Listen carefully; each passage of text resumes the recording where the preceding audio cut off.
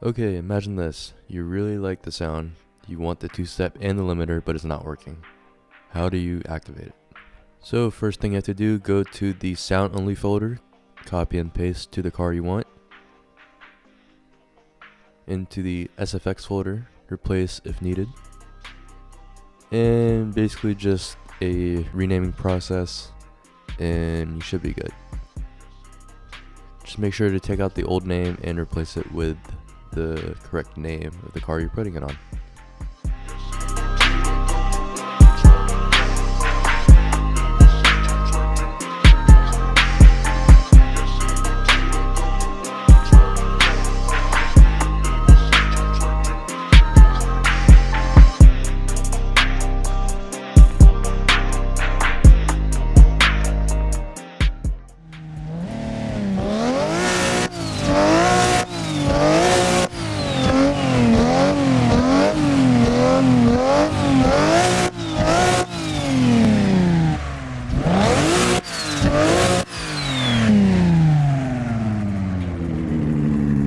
First, we're going to find the folder of the car you want the sound on. Go to Engine 9i and, change the inertia if you want.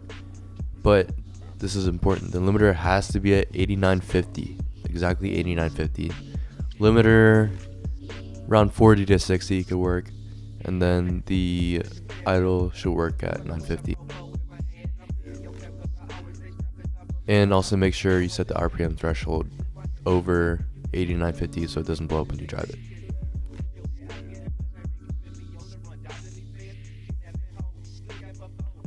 To actually get the launch control and the rolling anti-lag, you have to get this launch control mod off of Race Department.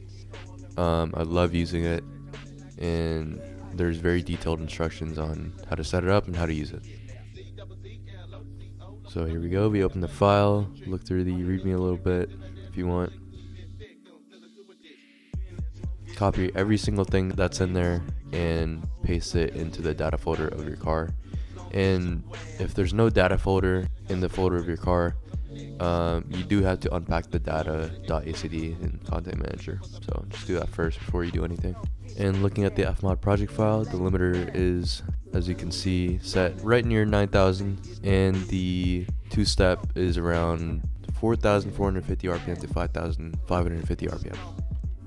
Now, I didn't touch anything. This two-step mod is already preset with the limiter around 5,500, as you can see there. The resistance starts around 5,500. I don't think we have to do anything here, but let's just put it in the game and find out. Okay, so we're in the pits, and you can see in the electronics tab in the MGUK delivery, you can set your launch control settings. I believe it starts at 5,500, and then it goes up by 500 RPM, or you can have it off. And as you can see, it works perfectly. And since we set the limiter to around 8950 in the engine.i9, you definitely get the pops and bangs on the limiter right there.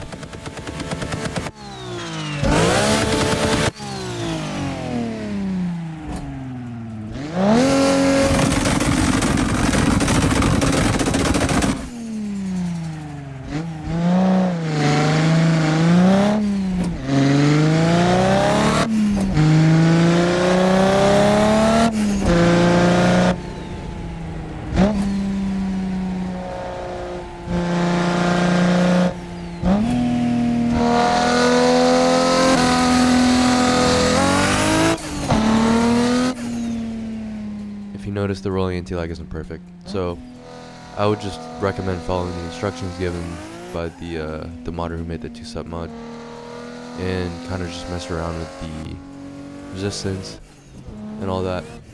But the R33 included in this mod already has all the preset limiter and two-step, so rolling Antilag and two-step should work perfectly fine.